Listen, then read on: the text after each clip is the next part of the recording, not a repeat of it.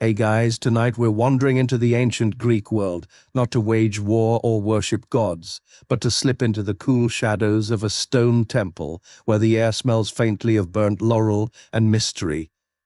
You're barefoot again because why not, walking on uneven flagstones under a sun that's been heating up Mount Parnassus since breakfast, the only thing standing between you and a full-on existential meltdown. A cryptic old woman perched above a chasm, whispering riddles at the center of the known world. That's right, you're in Delphi, and this isn't just some sleepy hillside village. This is where kings knelt, empires paused, and armies changed course. All to hear the muttered prophecy of a woman, known only as the Pythia, the oracle of Apollo. She doesn't look like much. Maybe a little sweaty, kind of dazed, mouth stained from chewing strange herbs. But don't be fooled, this lady's about to change history. So before you get comfortable, take a moment to like the video and subscribe, but only if you genuinely enjoy what I do here. And hey, drop your location and local time in the comments. I love knowing who else is listening around the world. Now dim the lights, maybe light a candle for ambience. And let's ease into tonight's journey together. You step carefully into the temple. Thick Doric columns loom overhead, streaked with soot and incense from centuries of prayers. A priest motions you forward, speaking low, like the very air here might be listening. Below the marble floor is a secret chamber, and in that chamber is the Pythia seated on a bronze tripod. Above a crack in the earth that leaks a gas no one can quite explain. Modern scientists still argue whether it's ethylene, methane, or divine mystery. What matters now is that you're inhaling it too, just a little. Enough to feel slightly weightless as the sound of murmured chants begins to blur around the edges. The oracle's voice rises, high and strange, halfway between song and sigh. She says something that makes absolutely no sense. Perfect. That's how it's supposed to go. You see, the oracle's riddles were never direct. She'd say things like, "You will go, you will return. Never in war will you perish." Comforting, until you remember Greek has no punctuation. Depending on where you pause, that could also mean you will go, you will return, never. In war, you will perish. Oops. Bit of a gamble, really, and yet people loved it. You're walking now through the winding sacred way, lined with treasuries built by cities who'd once been blessed or tricked by a prophecy, gold, ivory sculpted lions, bribes, maybe offerings, probably insurance. Definitely. Because if there's one thing ancient leaders hated, it was feeling uninformed. The oracle was like a divine hotline, always vague, often poetic, occasionally useful, and forever expensive. Remember Croesus, richest king of Lydia? He asked the oracle if he should attack Persia. She told him, "If you cross the river, a great empire will fall." Encouraged, he marched straight into defeat, the fallen empire, his own classic Pythia. Historians still debate whether the priests translated her, induced babbling to match political needs, or whether the oracle was just naturally good at hedging her bets. Either way, you're impressed. The temple feels like an early think tank, with incense. A breeze moves through the pass behind you, dry and herbal, scented with pine and olive. You pass a group of philosophers mid-argument, a statue of Apollo gleaming in the late light, and a weathered inscription that reads, "Know thyself." It's not just advice, it's a warning. Because here's the thing, the oracle never really gave answers. She gave mirrors. You heard what you wanted, feared what you didn't, and acted accordingly. The rest, well, history happened. You paused before the Omphalo's stone, said to mark the center of the world. According to legend, Zeus sent two eagles flying from opposite ends of the earth, and they met right here. Sure, that sounds suspiciously convenient, but you've inhaled enough divine vapor by now to let it slide, and the more you stand here, in the belly of myth and manipulation, the more you realize something. This wasn't a con, it was theater, psychological insight disguised as divine mystery. A timeless strategy session disguised as mysticism, and somehow it worked. The oracle held sway for over 1,000 years, through wars, plagues, revolutions. Empires rose and fell, but the Pythia remained, whispering from her tripod like a sleep deprived therapist with cryptic wisdom and some questionable ventilation. Now, as the sun begins to dip behind the olive groves, casting long shadows across the worn temple steps, you breathe a little deeper. The riddles may not have made sense, the kings may not have listened, but the oracle endured, ancient, elusive, and just smart enough to never say too much. You linger just outside the temple of Apollo, the scent of burning laurel mingling with the dry dust of the sacred way. The temple's towering Doric columns rise like ancient sentinels, solemn and imposing, as if guarding secrets older than any king or empire. The village of Delphi hums quietly in the afternoon heat, but here beneath the shadow of the gods, there's an undercurrent of nervous energy. The Pythia's prophecy has just been delivered, but the words are elusive, fragments of meaning floating in the air, begging interpretation. This is the paradox of Delphi. People come not for clear guidance, but for riddles wrapped in metaphor and ambiguity. The oracle's voice, rising and falling like a haunting melody, never says what you want it to say. Instead, it forces you to fill in the gaps with your hopes, fears, and desires.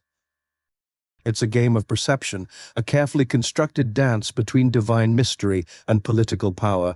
The Pythia's prophecy was spoken on the edge of a chasm beneath the temple's bronze tripod, where unseen gases seeped from the earth, perhaps ethylene, methane, or something more mystical. These vapors induced trance-like states, allowing the oracle to channel words that were equal parts divine inspiration and human interpretation. The priests, those shadowy intermediaries, often translated her cryptic utterances into messages that fit the political climate or the desires of their powerful patrons. Step back along the sacred way, a narrow path lined with monuments and treasuries built by city-states eager to show their favor with the gods and to remind visitors of their wealth and influence. Golden statues glint in the sunlight, ivory lions perch on pedestals, their eyes carved with fierce intensity.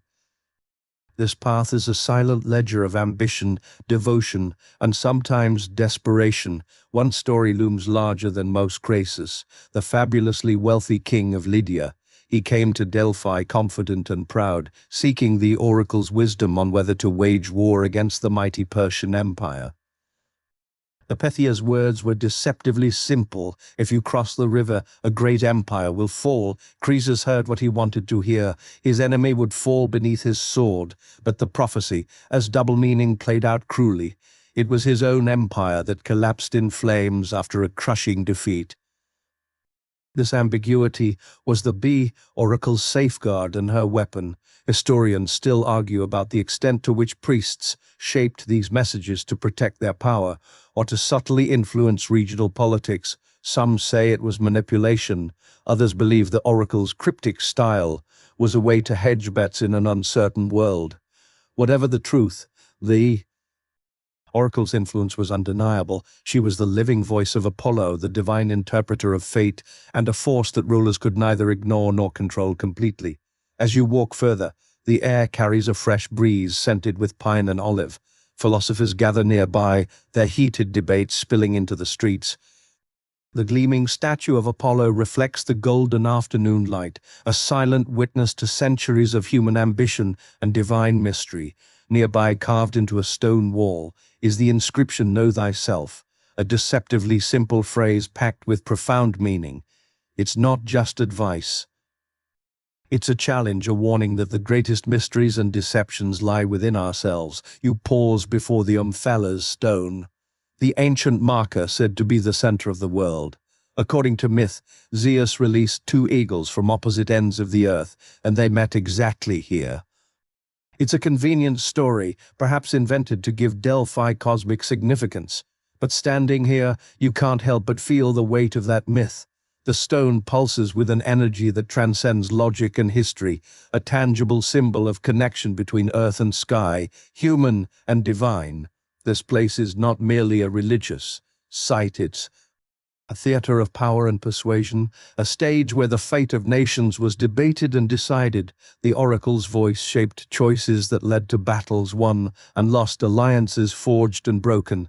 Her riddles, though maddening, gave people something they desperately needed, a semblance of control over an uncertain future.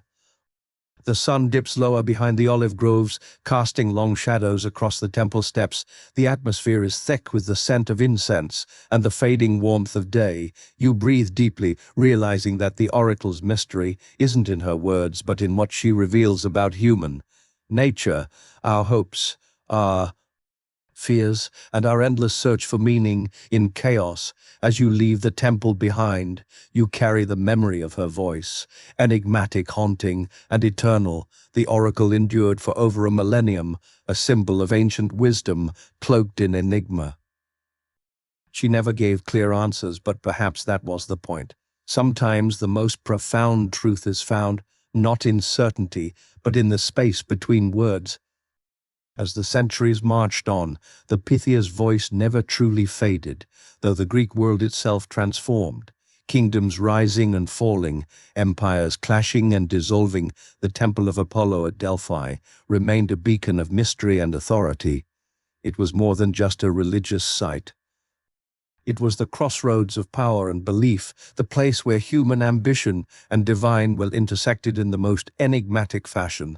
The Romans, who came to dominate the Mediterranean, embraced Delphi as much for its cultural prestige as its spiritual allure. Emperors sent gifts and pilgrims, seeking the oracle's counsel to legitimize their reigns and divine their fortunes. The temple's influence stretched far beyond the Greek world, weaving into the very fabric of Mediterranean politics. Imagine Emperor Augustus himself, standing among the marble ruins, careful to honor the oracle and the gods in equal measure. For him and many others, the Pythia was a crucial symbol, a bridge to the sacred past, a tool to harness the gods' favor. Even as the empire modernized, the allure of prophecy persisted, a testament to the timeless human yearning for certainty in uncertain times. But the crux Banus hour was not just political, it was deeply psychological and social. In an era devoid of modern science, the oracle's ambiguous pronouncements allowed leaders to interpret her words in ways that best served their needs. This malleability was a source of both strength and controversy. Some saw the Pythia as a divine conduit. Others suspected manipulation by priests who shaped her prophecies to serve elite interests. This tension between faith and skepticism, between divine truth and human politics, echoes through history. What made the oracle's method so enduring was its subtle understanding of human nature. The riddles and paradoxes she offered forced those who sought her counsel to look inward. Like a mirror, the oracle reflected their hopes, fears, and hidden desires. It was never about giving straightforward answers, but about revealing questions they hadn't dared ask. This ambiguity created a space for reflection, negotiation, and sometimes decisive action. The Pythia's trance was a carefully cultivated state. Modern researchers suggest that the vapors rising from the chasm beneath her seat likely contained intoxicating gases, inducing altered states of consciousness. This physiological mechanism gave the oracle's pronouncements an eerie authenticity. Those who heard her speak believed she was channeling a power beyond human comprehension. Whether by chemical means, psychological suggestion, or genuine spiritual experience, the effect was undeniable. Yet the Pythia was not alone in the world of oracles and prophecy. Delphi was just the most famous node in a wider network of prophetic centers scattered throughout the ancient Mediterranean. Places like Dodona, where priests interpreted the rustling of sacred oak leaves, or the Sibylline books of Rome, which guided emperors through crises. But none held the mystique or influence of the Pythia. The cultural impact of the oracle extended into literature and philosophy as well. Poets, playwrights, and philosophers mined the stories of Delphi for themes of fate, free will, and the limits of human knowledge. Sophocles' tragic plays, for example, often revolve around prophecies and the tension between destiny and choice. The Pythia's riddles became metaphors for life's unpredictability and the complexity of truth. Philosophers like Socrates reportedly heeded the oracle's pronouncements in their own ways. The famous dictum "Know thyself," inscribed at the temple entrance, was echoed in Socratic philosophy, emphasizing introspection as the path to wisdom. The oracle's ambiguous guidance encouraged critical thinking and self-examination, laying groundwork for the Western intellectual tradition. However, by the late Roman period and into the early Christian era, Delphi's prominence waned. The rise of monotheistic religions and shifting political powers marginalized pagan sites. In 394 Emperor Theodosius I ordered the closure of pagan temples across the empire. Delphi's oracle went silent, its sacred fires extinguished. What had once been the spiritual heart of a civilization became ruins, buried beneath centuries of history. Yet, even in silence, Delphi's legacy endured. Its stories survived in texts, myths, and the imagination of later generations. Renaissance scholars revived interest in the oracle, viewing her as a symbol of ancient wisdom and mystery. Writers and artists drew inspiration from her. Image the mysterious woman perched on a tripod, speaking in riddles, the voice of the gods herself. Today, visiting Delphi is like stepping into a storybook where past and present blur. You can still walk the sacred way, touch the Omphale's stone, and imagine the flickering shadows of priests and pilgrims long gone. The ruins whisper of a time when power was shaped not just by armies and laws, but by words wrapped in mystery and the eternal human quest to glimpse the unknown. But beyond the history and myth, the Pythia's story holds lessons for our own time. In a world overwhelmed by data and certainty, the oracle reminds us of the value of ambiguity and introspection. Not every question has a clear answer, and sometimes the wisdom lies in the questions themselves. The Pythia's riddles challenge us to look inward, to confront uncertainty with curiosity and courage. In that sense, the oracle remains alive not just as a figure of the past, but as a symbol of the enduring human spirit. She embodies our desire to understand fate, to seek meaning beyond the obvious, and to accept the mysteries that define existence. The smoke still rises from the fissures beneath Delphi, carrying echoes of her voice across time, inviting us to listen carefully and to think deeply, so next time you face a moment of doubt or decision, remember the Pythia's paradox. Sometimes the best guidance comes not from answers given, but from questions that awaken new ways of seeing. In the shadows of that ancient temple, amid stone and silence, lies a timeless truth that the journey inward is as vital as the path outward, and that wisdom often lives in the space between certainty and mystery.